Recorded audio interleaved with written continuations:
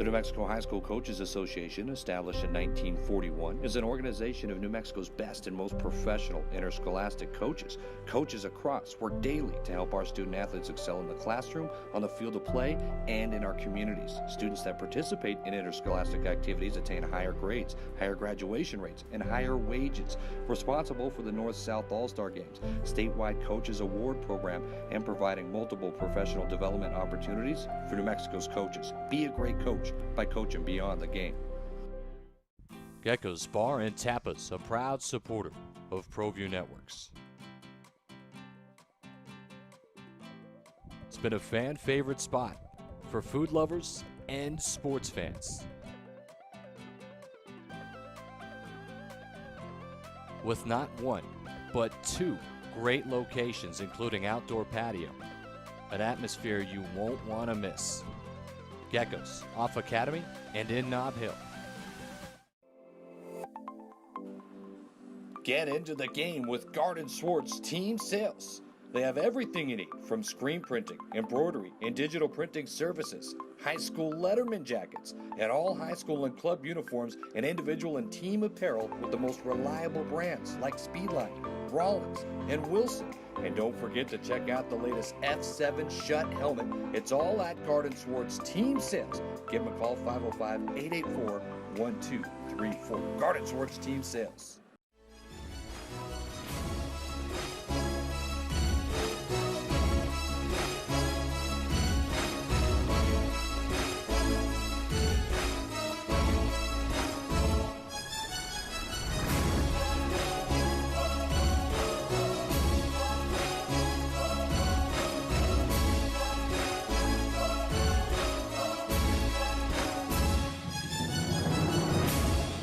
Good morning. Happy signing day, everybody. Leroy Lucero, Red Menace TV, along with Michael Carlisle. What's up, man? How you doing? Good.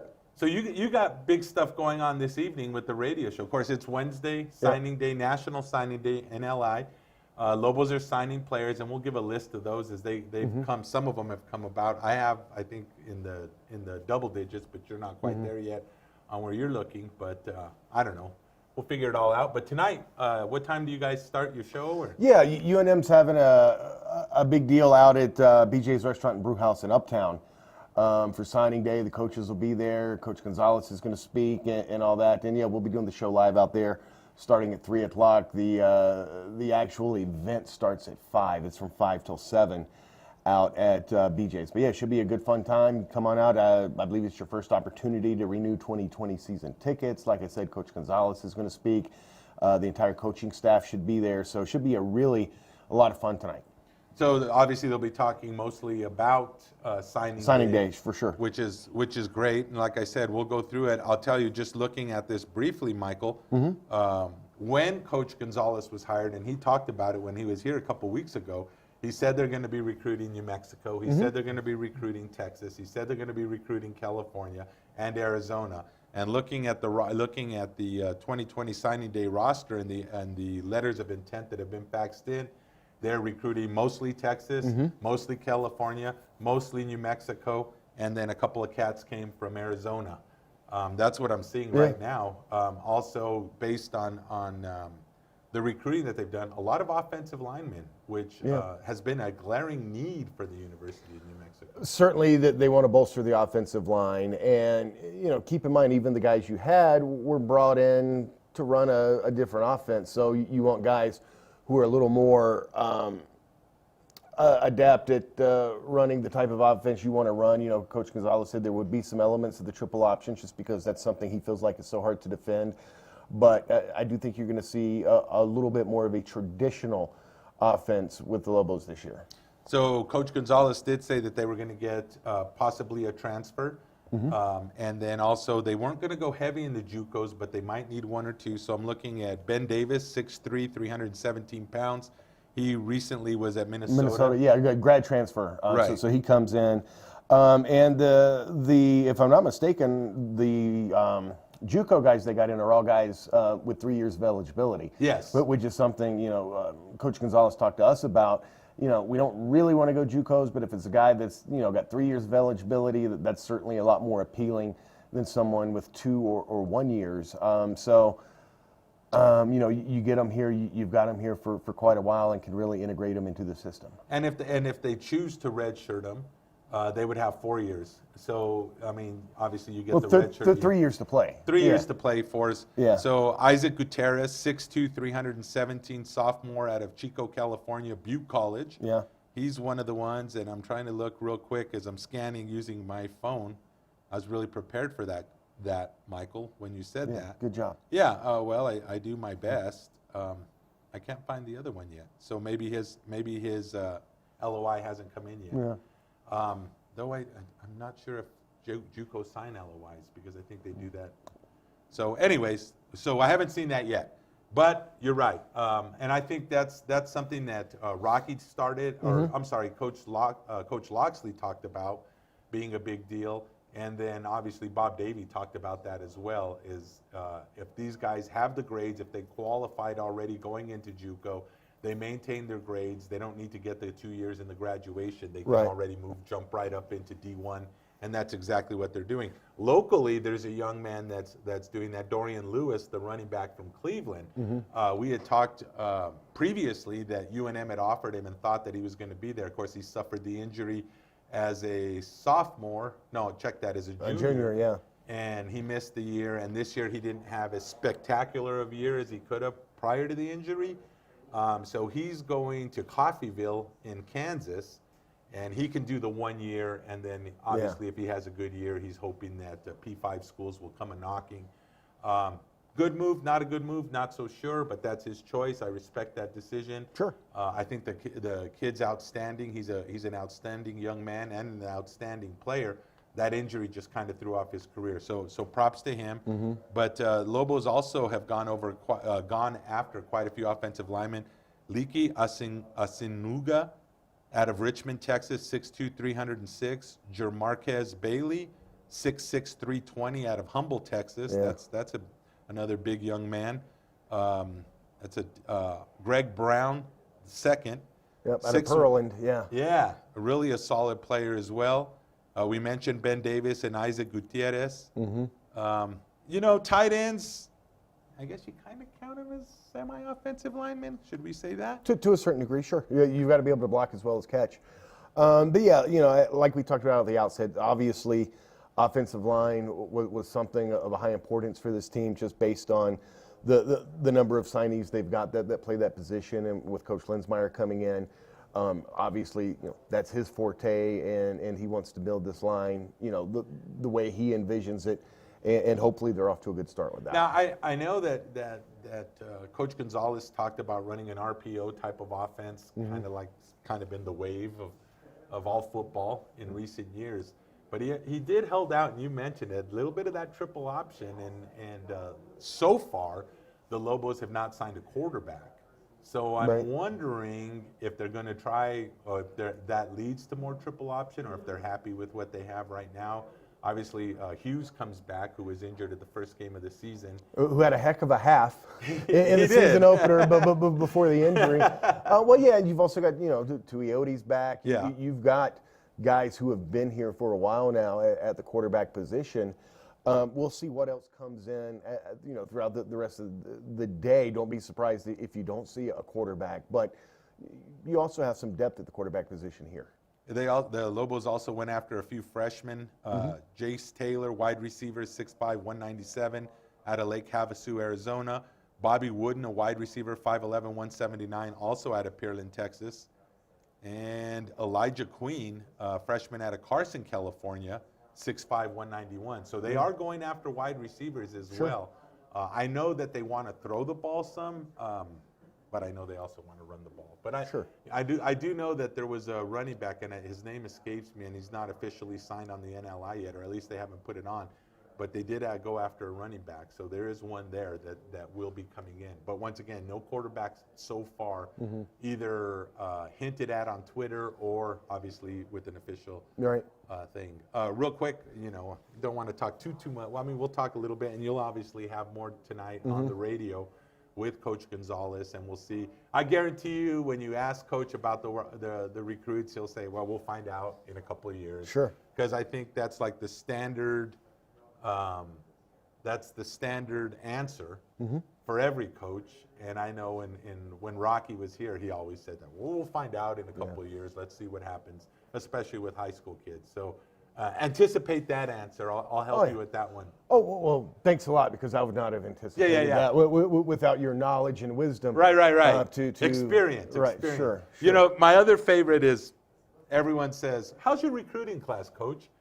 I'm still waiting for the day when a coach comes and says, well, you know, it's mediocre at best, kind of sucks. Yeah. You know, nobody ever says that. And yet, inevitably, there's always going to be someone that says, well, what do you think about your recruiting class? Well, we aimed high, but fell completely short.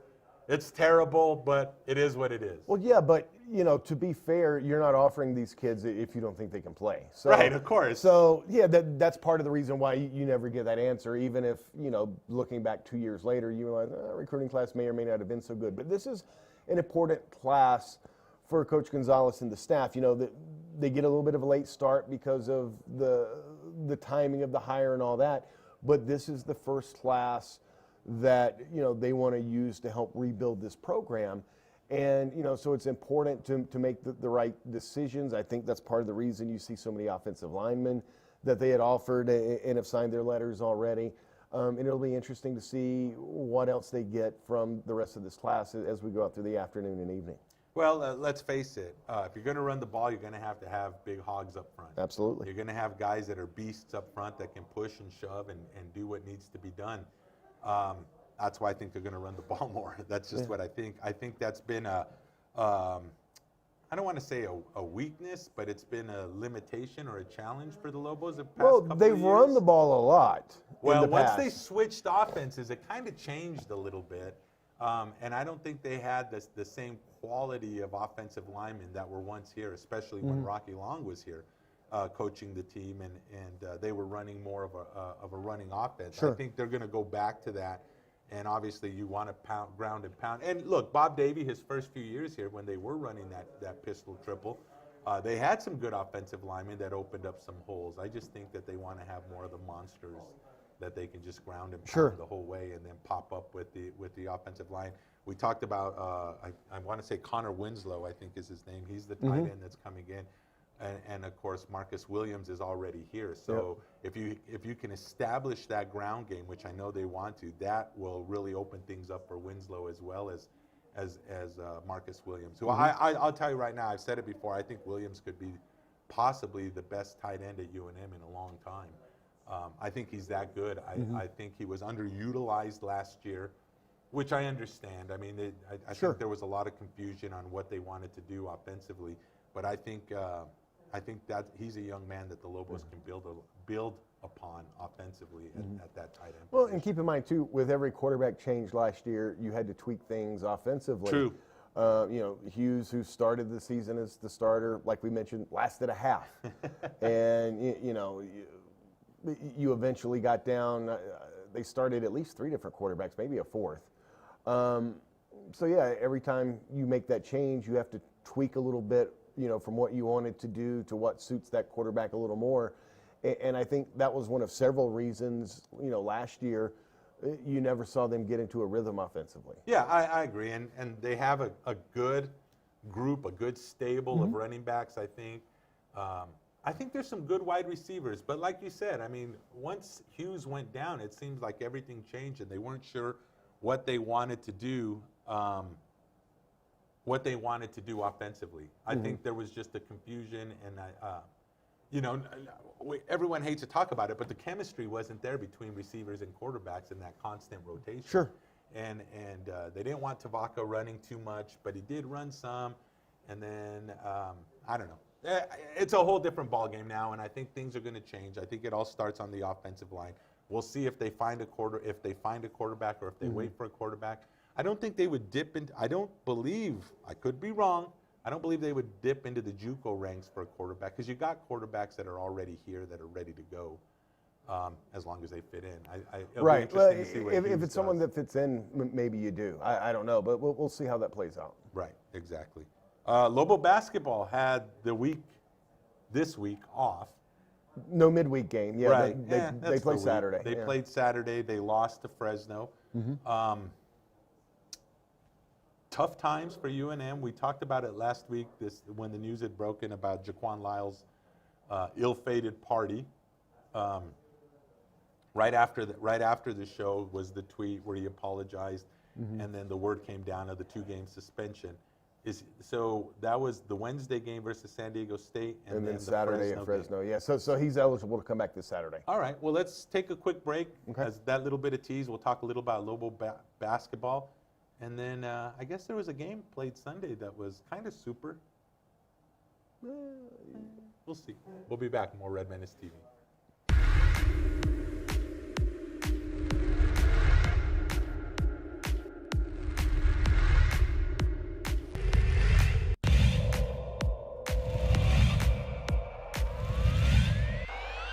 Ramos wants another.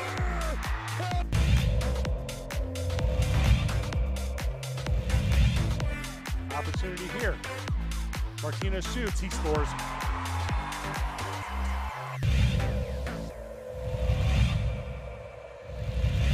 Cut into it. Had some nice looks at the rim. Win. Inside. They're not going to miss this one. Two-hand hammer from Murillo.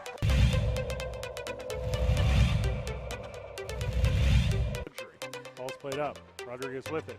Gonna settle. Looks to the inside. Comes to the far side push.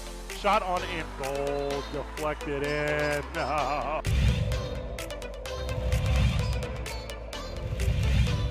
Dorian's going to go all the way. It was blocked by the rim. Get it out, says Kobe Wade.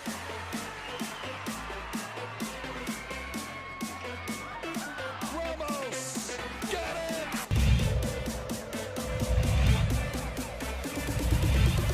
Look out.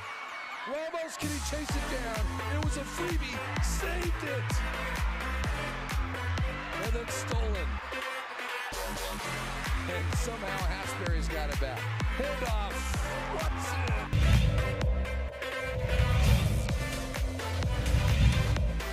Yeah, it's stripped. Calion stripped him. The Highland the other way. Win up top to the big goal. Here he comes. For the lead. Got it.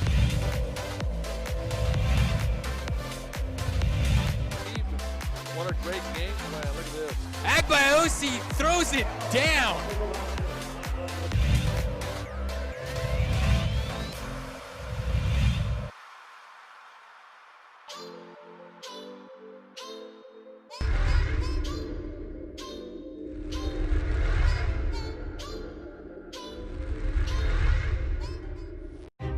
What is glamour? Frailty. What is desire? Diamonds. They say a life lived without passion is hardly worth living. Ma'am? Ma'am? Ma'am? Dang, this one made me feel all special.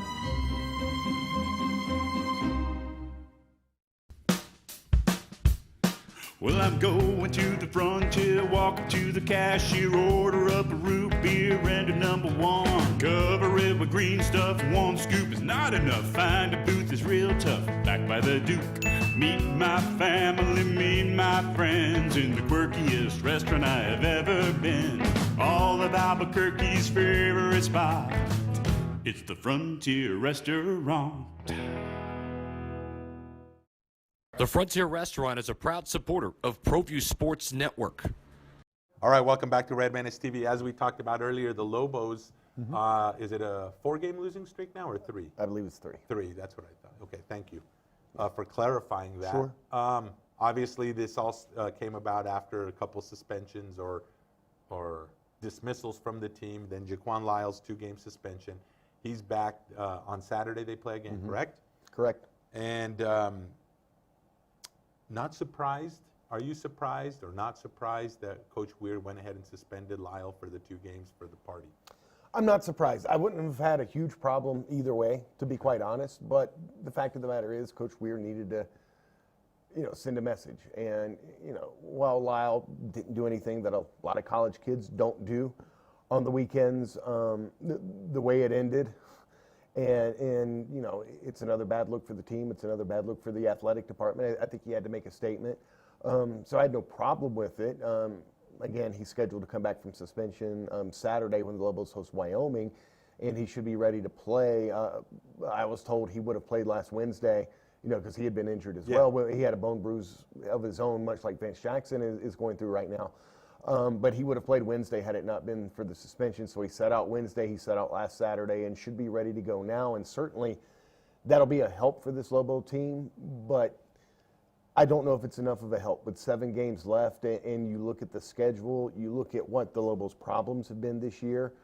Really, the problems were problems when they were at full strength, guarding the perimeter. Everybody seems to have their best night of the season shooting threes against the Lobos. Offensively, at times you go really cold. Now, certainly Lyle will help on that end, but even when he was there, even when Vance Jackson was healthy in the past, you still had problems guarding the perimeter. So I don't know exactly how much them coming back will help in terms of wins and losses. It seems like the problems on the perimeter is they want to sag in on the to protect the lone big man, and now it's well, not just that. Even when Bragg was still there, but they protected him that, as well. Sure, but it was more of forcing the teams out and taking the lower percentage shot. The problem is everybody seems to make those shots against the Lobos, and they never go away from that strategy, even when teams are raining threes. So that's why you've had so many teams, have these huge nights shooting from three-point range against the Lobos, and getting Lyle back, getting Jackson back whenever he's back. They hope he's back Saturday. That's still a little bit up in the air, but that part I don't think is going to change. Honestly, had Lyle played against San Diego State, I don't think it would have been made much of a difference. They could have had all 4 players they've been without, and I don't think it would have. Yeah, they're pretty good this year, San Diego State. They're not bad. Yeah, I mean they kind of have a top ranking in the country. Ranked 4th in the country, still undefeated. They're pretty legit. They're pretty sure. legit. Yeah. Fresno might have been a different story. Obviously, they're starting Jordan Arroyo at guard when they were in Fresno, and they seem to play pretty well. Now, you mentioned Fresno's a 7-win team, I think you said? They were a 7-win team. They're an 8-win team. They're an 8-win team now, so it's not like the Lobos couldn't have out-talented them, but they did run out of gas because they kept it close. They ran out of gas. Well, they not just kept it close. They had a 16-point lead in the first half. They went into halftime up 11. But, yeah, I do think fatigue got to them a little bit, and Fresno, slowly chipped away at that lead, and then when they took the lead in the latter part of the game, at that point in time, you just kind of knew, well, the Lobos probably aren't coming back in this one. Well, and then obviously people thought Matos may have played, or was the freshman. He did practice. He was suited up, but has not played yet. Do you think that Weir would use him, or do you think he just goes ahead and lets him not waste that year of eligibility? I don't want to say waste, but not use up that year of eligibility. I have a sneaking suspicion he's going to wind up playing. Okay. Weir said that he would advise him to redshirt, but ultimately it's going to be up to the player. Apparently he wants to play, but you got to look at the big picture. There's 7 games left, and then whatever you do in the Mountain West tournament, I don't know that it's worth it either, but I think in Matos' mind, he's not going to be a 4-year player anyway, so he's not that concerned about the year. Now, whether that's the right way to go about looking at it, we could debate that, I suppose. But yeah, I would not be surprised if we don't see him at some point. Well, and I think that's a debate that's fair. I mean, I think we look at 2008, maybe even sooner. I'm trying to think when we first started hearing those magical words on Twitter, transfer portal, and when it became such a big deal, and then obviously young men and women, but mostly men that go ahead and drop out, and then go to the professional ranks or attempt to, whether it's here or whether it's international. I don't know. I don't know if that freshman, if not playing, is that big of a deal. I don't know if saving up that year is a big deal. Most young men. Look at you've already got him transferring out of here. Look, I'll be honest with you. Most young men, and this is in every sport that I've been covering for 30 years now, in college, think that they're pro material. Sure. It don't matter the sport. They all think they're pro material. There's not one that goes in there thinking, well, they at least have the dream. Sure. A guy like Matos or Bragg or Caldwell or any, they think that they're for sure pro material, especially these guys have heard it for years. and they believe it. And they might be. I'm not saying that they're not. The thing of, gosh, to put up 4 years in school, that's a long time. That's a long time for a lot of guys to do that, especially if. Do you know what else is a long time? What's that? 40 years in the workforce after your pro dreams don't work out. I'm not arguing that with you at all. Yeah. I totally agree with you. But put yourself in the mind of an 18, 19, 20-year-old young man who has this talent. You're thinking of going pro. You're thinking of making that money. And now with international ball, really just in complete control, even though they had a 10-point lead there up until about the midway point of the fourth quarter. But then the Chiefs just turned it on, and boom, before you knew it, they were well on their way to winning their first Super Bowl in 50 years. Just been amazed. I thought it was a great game at first. I thought the 49ers gave their best punch, but, well, no, they didn't, because I thought they should have run the ball more. They had a commanding lead, and it seemed like they went away from the run completely. They didn't go to their main guy. That's the thing that, I mean, they went to like their second running back and third instead of their main man, Mostert. Mostert. Thank you. Yeah, look, early on, they did a really good job of confusing the Kansas City defense, mixing their runs and passes, and Garoppolo looked really good. The problem for them is late in the game, they didn't try to run the ball to eat clock, that they tried to continue to throw. Garoppolo overthrows Sanders on a play that if it's not a touchdown, it gets them inside the 10. And they wind up having to punt there. There were a couple of overthrown passes, a couple things here and there, a batted ball, and they kept having to give the ball back to Kansas City. Then you got in a situation where the Chiefs have taken the lead, and you have to throw at that point. And whether it was Kansas City's defense stepping up, whether it was Garoppolo feeling the pressure, all of a sudden he didn't look that good, and Kansas City opened up that lead late. I would have tried a little more to run the ball, to eat clock and get a couple of first downs and burn a lot of time off. They chose not to do that, and it came back to bite them for sure. Awesome. Real quick, future, is Patrick Mahomes now the face of the NFL? Is he the next, everyone always says, the next Tom Brady? Brady says in his commercial he's coming back he's not going anywhere. Right. So is Mahomes now that guy, or is it still a little early for that? It's still a little early for that. He's that guy for right now. And look, and I don't mean this as a knock on them. I'd say the same thing if Kansas City had won. Everybody was talking, is this going to be a dynasty? Is it going to be the new dynasty? Dynasties are hard. Yeah, they are. Dynasties are, I think, even though most people don't like the Patriots, you got a little spoiled by them being there every year, thinking that must be easier to do than it actually is. That's actually a credit to New England, what they've been able to do. That's far and away the exception and not the rule. You look at how many good teams, other Super Bowl winners, and, they're not there constantly. Certainly Kansas City, with Mahomes, he's a great quarterback. You've got a lot of good young players, but the fact of the matter is that's really hard. Awesome. Hey, for Michael Carlisle, for Alden Iowanes, Leroy Lucero, we'll see you next week. God bless you all.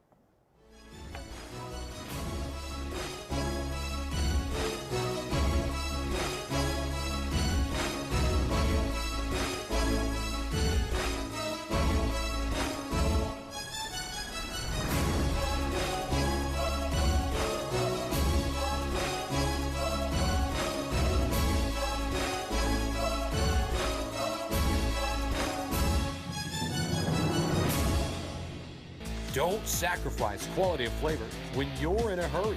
Golden Pride offers ribs, fried chicken, green and red chili breakfast burritos, and Frontier Cinnabons. 4 great locations, or visit us online at goldenpride@abq.com. Golden Pride Barbecue Chicken and Ribs, proud supporter of ProView Sports Network. Car Crafters, proud supporter of ProView Sports Network. Are you sure we're supposed to be doing this? Don't worry, I've watched him do it 1,000 times. Come on, what's the worst that could happen? No! Bad dog! Hi, welcome to Car Crafters. What happened? Don't worry, we'll make it like it never happened. Car Crafters, it's like it never happened.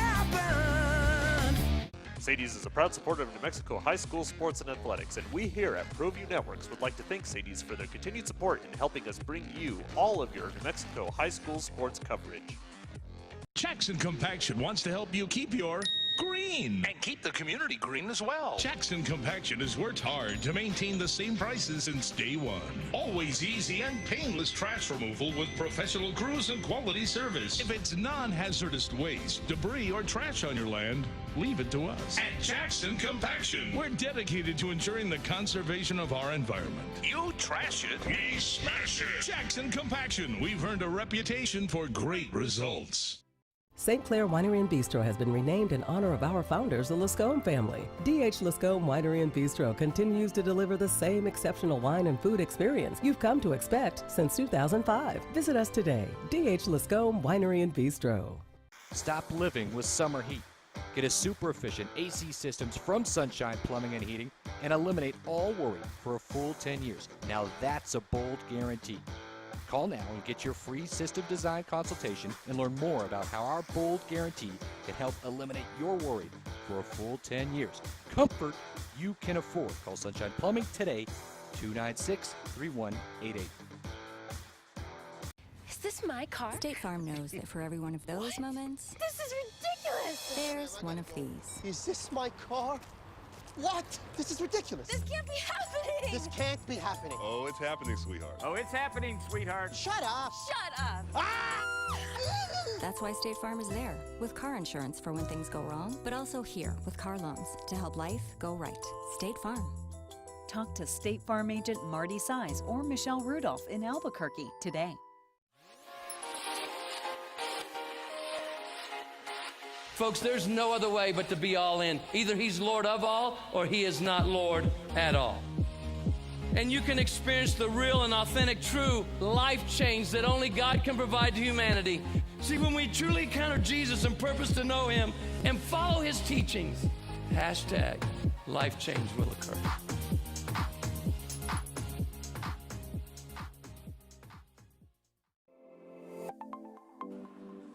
Get into the game with Garden Swartz Team Sales.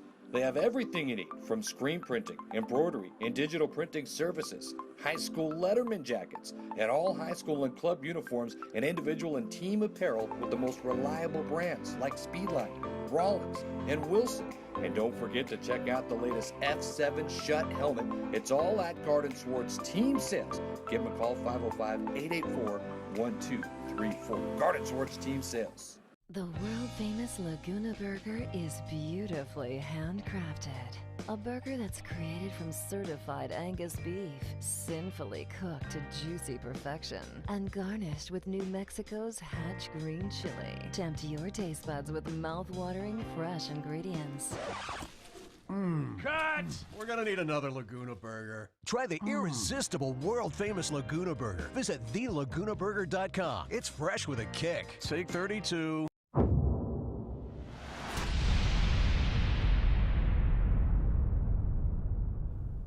Welcome to the place where we talk about people getting punched in the face. This is Cage Minds. I'm Micah Frankel. We had a big local attention on the world of boxing this past week, so we're going to jump right into it and start talking about the sweet science. We got a little video to play, a couple highlights. Not a great weekend for the New Mexico talent. On Thursday night at Miami Fight Night on DAZN, Ammo Williams catches Donald Sanchez to the body in the 4th round, putting down the former King of the Cage champion. Williams remains unbeaten. Sanchez reportedly is going to jump right back on the horse, and we're going to see him in action on the Fresquez card coming up in March. Fidel Maldonado made it to the 10th, but then ate a giant right hand from Michel Rivera. Rivera remaining unbeaten, now 18-0. The Atrisco kid, unfortunately, now that 3-fight win streak is in the past. And it was a successful night of boxing on the Impact Network. The main event, the overwhelming favorite, Austin Trout. Great short work out there, calling out all welterweights now. Trout saying 149 pounds, because that's 147 plus 2, that's his weight class, and he's ready to wreck shop. Also, we know, as far as the Impact Network goes, that in March they'll be in Tennessee for their next boxing show, and reports are that Josh Pitbull Torres will be on that card. When details become official and available, we'll have those for you. There was a little bit of MMA action to take in, and it was on UFC Fight Pass. I'm totally forgetting what I was talking about. I'm still talking about boxing. Cold War 5 is this weekend. I was about to jump to MMA, forgetting about our local boxing. How could I do that? This weekend, the son of a legend, Roberto Duran Jr. is in the main event, welcoming David Vargas to the pro ranks. Liana Martinez, interview up with her at CageMinds.com. She returns to the ring looking to end a 2-fight skid, taking on Anaya Smith. You have the return to the ring for Andreas Quintana, the Copa Combate tournament winner from MMA World, jumping into the ring, taking on Angel Villanueva. Brian McLean versus unbeaten ABF champion Desmond Hill. Esteban Seguro from Santa Fe versus Armando Canero from Albuquerque, both making their professional debuts. Mario Gonzalez, Shane Hill, and Javier Davido Aragon versus Anthony Jones. Jones returning to the ring after 6 years away. That's what we have for you on Saturday night at the Marriott Pyramid North. Thanks to Holmes Boxing. Remember last week, if you didn't see it, still available on YouTube, our show where we had The Bullet join us. Join us Friday up off of Unser at Lava Rock for the weigh-ins for that one. Then coming up March 7th, talking about the Fresquez Productions event. March Madness, Fresquez Productions. It's been since Holly Holm was a boxer that they've thrown a boxing event, but they're returning to the Sweet Science.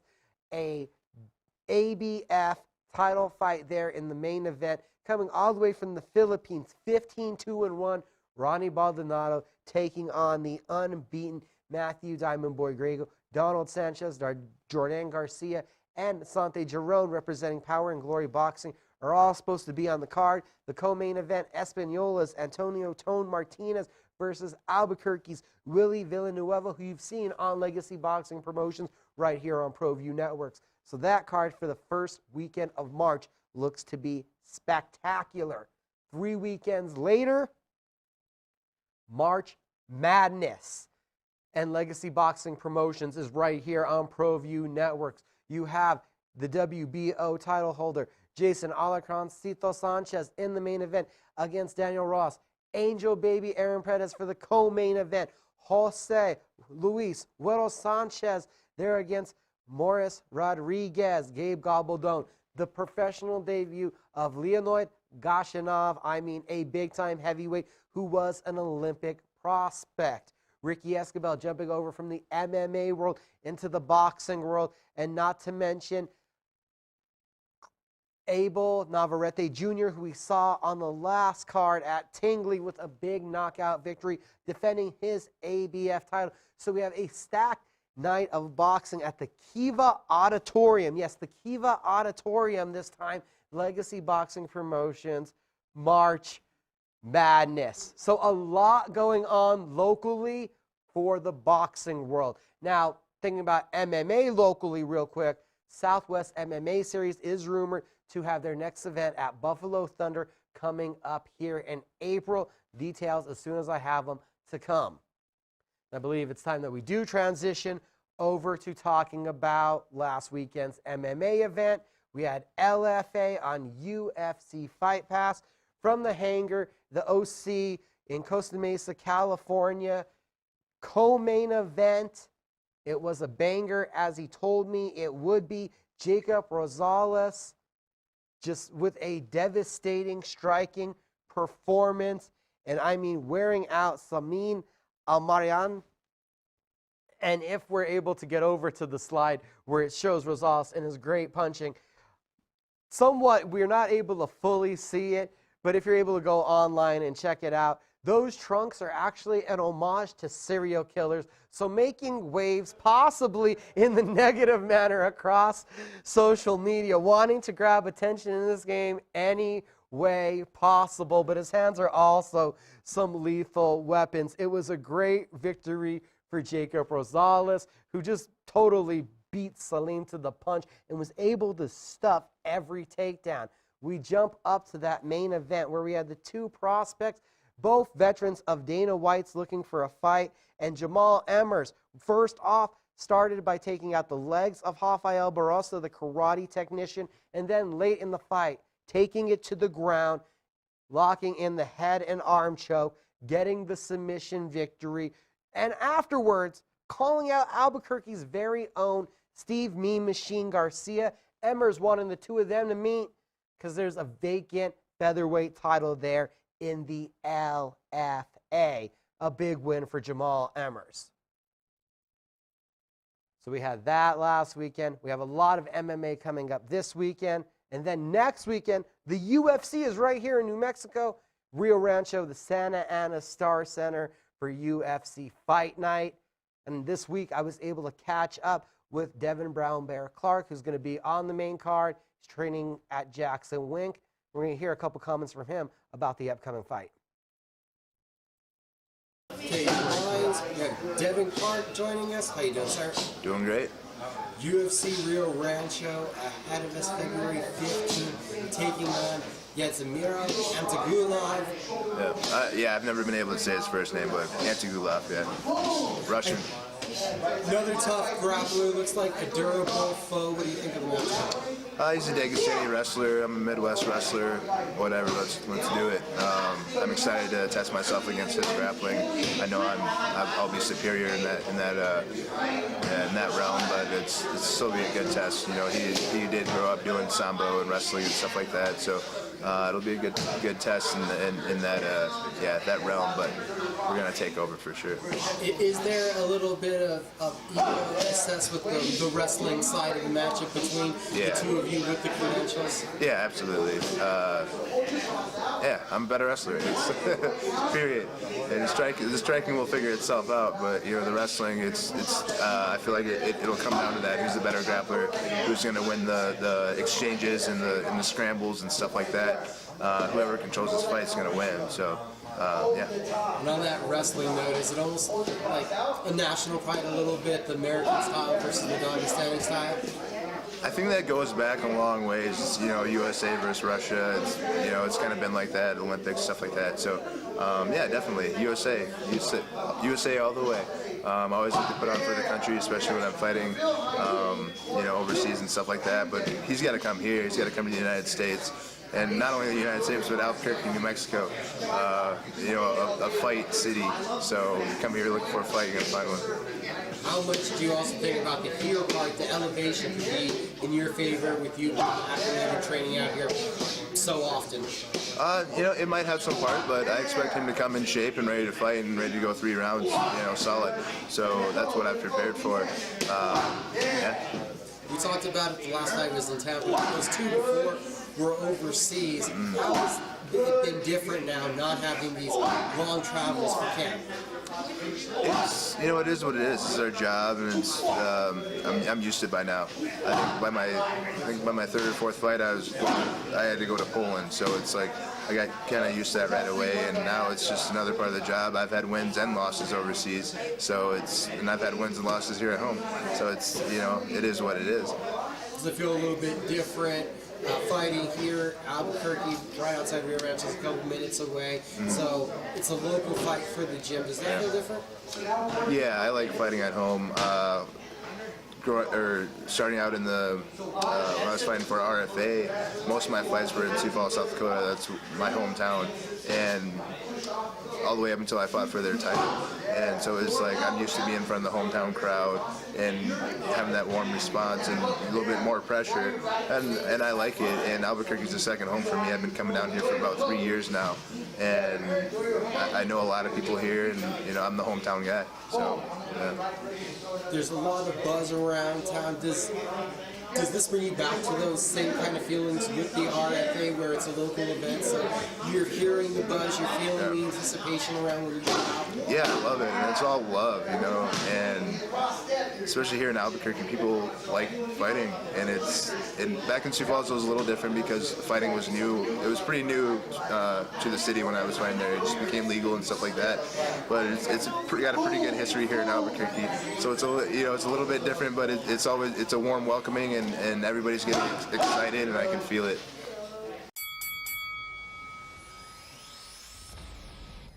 Perez Collision Center is a proud sponsor of ProView Networks and Albuquerque Boxing. Perez Collision Center offers expert knowledge on any of your auto body and paint needs. Give them a call today, 505-254-4655, or stop by for a visit at 2415 2nd Street Northwest in Albuquerque, New Mexico. Perez Collision Center. Local Union 412. Find a career with benefits and not just a job at UA Local 412 Training Center. We are looking for plumbers, pipe fitters, welders, and HVAC tech apprentices and journeymen. Call 505-256-9257. Local Union 412. The New Mexico High School Coaches Association, established in 1941, is an organization of New Mexico's best and most professional interscholastic coaches. Coaches across work daily to help our student athletes excel in the classroom, on the field of play, and in our communities. Students that participate in interscholastic activities attain higher grades, higher graduation rates, and higher wages. Responsible for the North-South All-Star Games, statewide Coaches Award Program, and providing multiple professional development opportunities for New Mexico's coaches. Be a great coach by coaching beyond the game. Gecko's Bar and Tapas, a proud supporter of ProView Networks. It's been a fan favorite spot for food lovers and sports fans.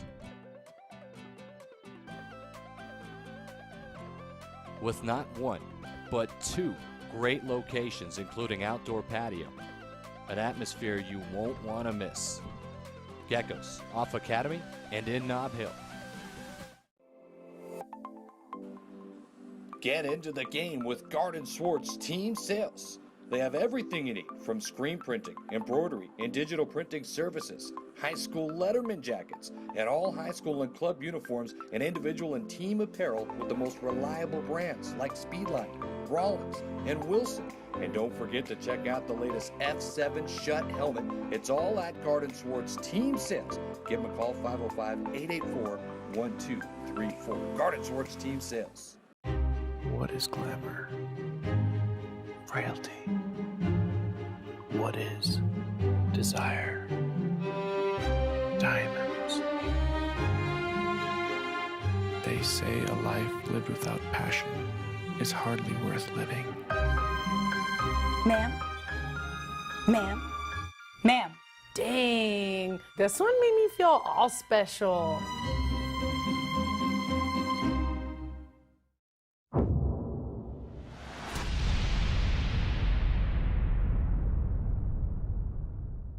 Back for some more face-punching talk, and we're going to get inside the cage at this point, talk about this weekend's action.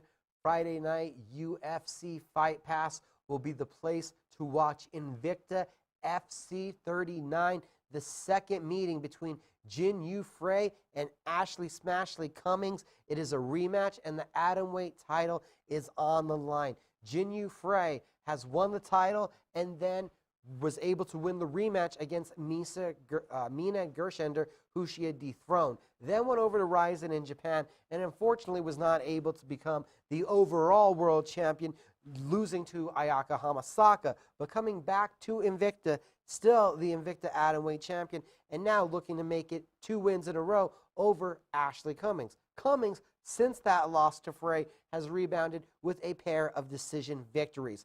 In the co-main event, it's a pivotal one at 125 pounds as the Chi-Town Princess, Pearl Gonzalez, takes on Miranda Maverick. The winner there is looking at a title opportunity. You also have Shanna Young looking to continue her win streak and making a big jump up in competition. You're going to see Linda Mihala taking on Julian DeCourcy, who is a much more veteran fighter.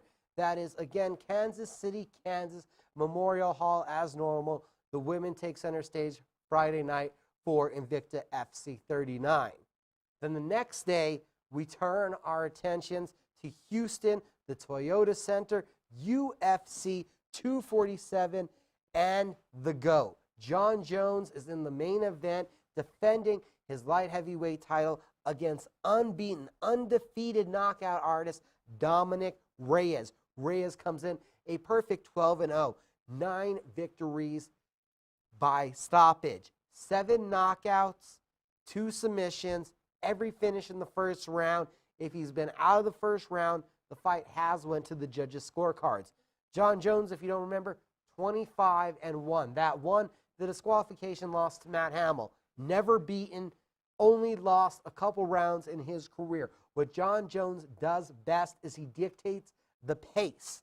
You are not able to tell him when to fight. You're not able to make him fight on your terms. He dictates terms, pace, and distance. He is usually the better wrestler. Dominic Reyes has been able to get up when taken down inside the octagon. The relentless effort and pressure of John Jones is what I think could make the difference. You've seen Reyes with an ability, like in his last fight against Chris Weidman. He can fight moving backwards and can land a devastating knockout blow. But John Jones is the best at shutting down what guys do. He will take you into where you feel you're the best, most likely striking, as he did with Thiago Santos. Thiago Santos, a longtime kickboxer, so John Jones kept it striking. I believe that's what he's going to do against Reyes, and then look to take away Reyes' power, destroying the legs and beating him up in the clinch. The co-main event is also a title fight. We have the women's flyweight title, and Valentina Shevchenko is defending against blonde fighter Caitlin Chikagian. Chikagian coming out of New Jersey, coming out of the Mark Henry camp. She is a boxer. She has won 4 of 5 fights at 125 pounds, 2 in a row decisions over Jennifer Maia and Joanne Calderwood. But it's universally thought and expected. Shevchenko is on another level. 3-0 at 4-0 at 125 pounds, 3-0 in title fights. The win over Joanna Jędrzejczyk, the spectacular head kick knockout win over Jessica Ai, and then the decision over Liz Carmouche. Also on the main card, from right here at the Jackson Wink Academy is where he spent the camp. Juan Adams is going to fight Alair Latifi. You also have Dan Ige, Mirsad Bektic. The card starts early, 4 o'clock for your prelims. Those are going to be on UFC Fight Pass. Then at 6, go over to ESPN. 8 o'clock local time for that main card, ESPN Plus pay-per-view. And to close out today, we got a couple comments from Matthew Griego, the Diamond Boy, talking about his giant opportunity coming up in March. Matthew, Diamond Boy Griego. I want to get been a minute. How you doing, sir? I'm doing great. I'm doing good. After I talk to you. A couple disappointments. You've had opponents fall out, opportunities fall through, and then you get an injury. Yeah. It was tough. I gotta say bad luck. I mean, stuff happens for a reason. God puts everything there for a reason that happens. So it's just a part of the staircase paving my way to get there, and that's boxing. It's tough. You're gonna run into some locked doors, and stuff's gonna happen. But you just gotta keep pushing and work hard. That you have an opportunity to go for next, and maybe that opened these opportunities for me. And now a huge opportunity. March 7th, March Madness. You're in your first main event. This is huge, right? Yes, yeah, it's huge for me. And then a title fight. A title fight, yes. Lenny Fresquez made that happen, so I got to thank him as well. So what does this do for your excitement, for your passion, for your drive? It just pushes me to work very hard, push myself to that next level. Every time I get in the gym, I'm trying to work harder than I worked the day before. Every time I go for a run, I'm trying to run harder than I did the day before. I just can't wait. I'm going to be ready. I'm going to be in the best shape of my life. I have to go 10 rounds, so and I'm sure he's going to bring it. He's not going to just stop. So it's going to be fun. It's going to be real fun. I know there was some talk of some tournaments and some things that didn't come to fruition. But when you have a contract signed against a guy that's 15-1, it's a title fight. What does that do for you as you're in pursuit of your goals? Does it feel more real now? Oh yeah. Well, after the press conference, now it feels more real. I've known about it for a little while, and I've been trying to keep my people. Just wait, it's coming. I didn't want to fully announce it because, like you said, things fall through and stuff happens. But now it just feels more real, and I can get in the gym and work. I'm ready to work and get my team behind me. Fidel Maldonado, Manuel Anaya, Fidel Maldonado Jr. We're all going to work very hard and to have me ready as well. He fights this weekend, and he's going to go and take care of business over there, take this guy out, and then I'm next. So it's huge for our team, actually. He has a big fight that he's going to go and win, and I have a big fight that I'm going to come and win. So it's going to be good. I know you respect every guy that signs the contract that gets in there. Oh, yeah. When you know it's a dangerous guy like this, is this even more exciting in a measure to you? Oh, yeah. Oh yeah, because I know, like I said before, it gives me an opportunity to show what I really have. When I'm going in there against a guy that I should win, I feel like I don't bring it all out of you, and this is going to bring everything out of me. I'm going to show my full potential, and people are going to see what Diamond Boy has. Talk about the potential. I heard you went out to Vegas, had a sparring session with a high-level dude, and according to people I talked to that saw that session, bring out some of the best in you. You feel like the higher levels, that's what's going to happen? Exactly. Like sometimes I spar guys that I have to work with or whatever, and I'm not on my toes.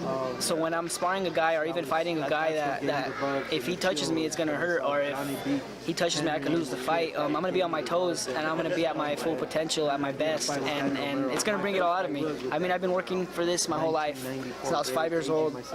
Boxing's all I know. So it's exciting, man.